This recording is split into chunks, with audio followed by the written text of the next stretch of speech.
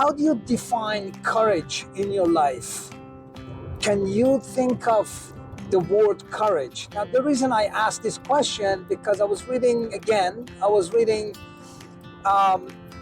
the book, Five Regrets of the Dying.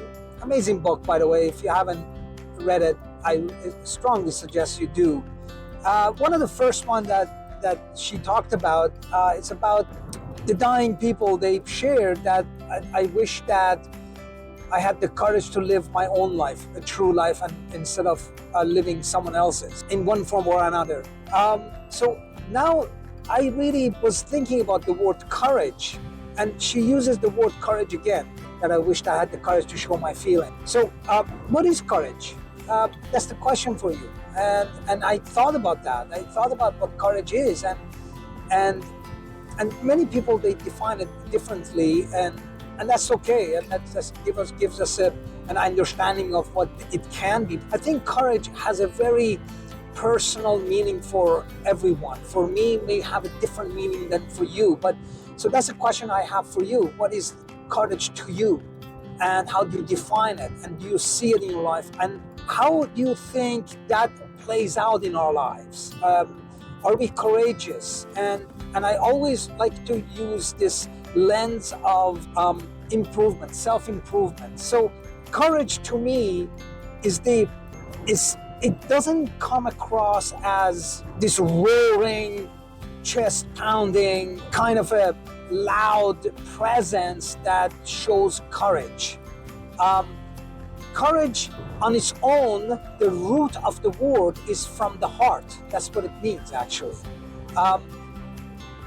Courage for me, it could be that's whisper that I get at the end of the hard, difficult day, regardless of what the context is, and I feel beaten up at the end of that day.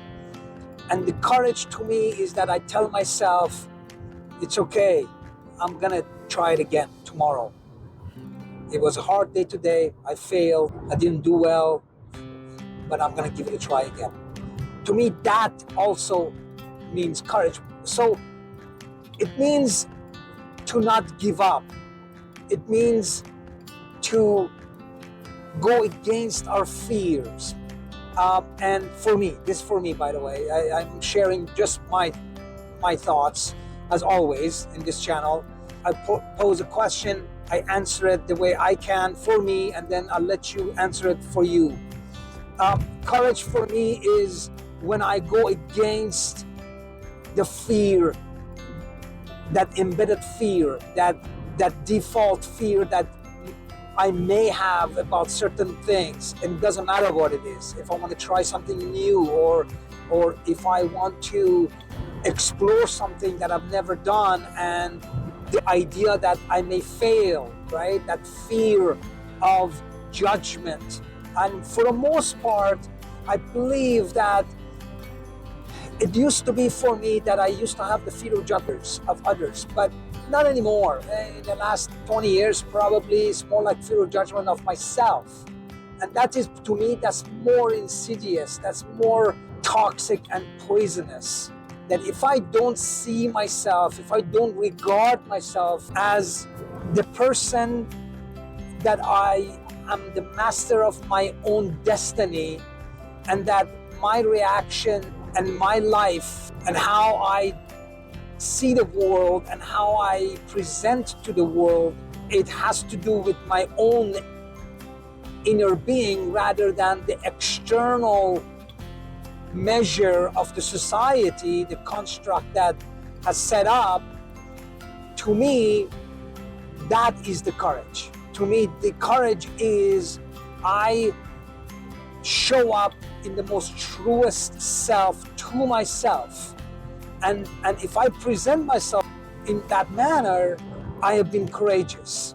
So a lot of us, and I see it in my profession, where kids, these are high school kids, you see them in that age, and you can see that already, that some of them are courageous, and they've taken, I call it courageous, That means that they are curious. They're not worried about uh, failing, or they're not worried about other people's reaction.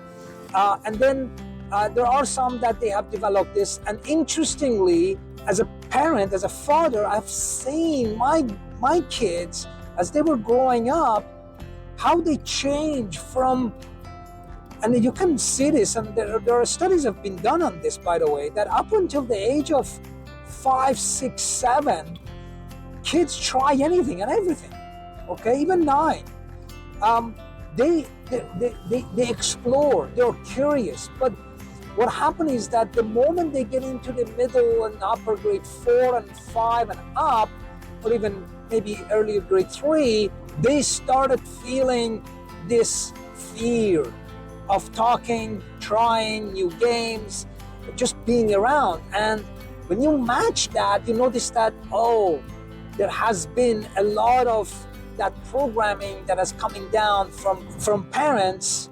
And again, they don't know either. Obviously, they went through it from their own parents, and then they do the best that they can. But nonetheless, this is the result of it. And the idea is that when you allow, in the best case, like my kids, I always try to be encouraging, just because I was a teacher before even they were born. So I knew the idea that the science, the psychology of failure, or psychology of fear and being courageous, can really affect the self-esteem and self-worth of the child, right? So my idea was encouraging. My idea was that you do what you need to do so that you feel good about what it is that you're learning, regardless of what other people saying to you or not saying. Okay, so you dance the way you want to dance, and doesn't matter if you are if your peer doesn't like it, because you like it, right? And of course you learn and you do your best to learn, and everybody learns in their own way with their own timeline. But the idea is that empowerment, so that we look at that as this courageous way to live, because that means free. You're living free from any other source that can direct our attention or our emotions in a way that is not up to us. So the idea that courage brings that much power within our own being, and helps us to live an authentic life, a good life, a free life, a life that we choose. That's what courage is, because you're now defying all the fears. You are not going by the fears anymore, because courage is exactly looking at the fear, into the eyes of the fear, and saying that I'm still going to do it.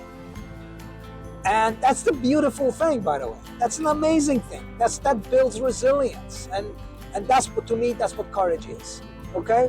I hope you found this useful. Share your comments and your ideas below, and tell me how you feel about the concept of courage, and how is that played out in your life. And also, are you, in your past programming, how did you deal with that?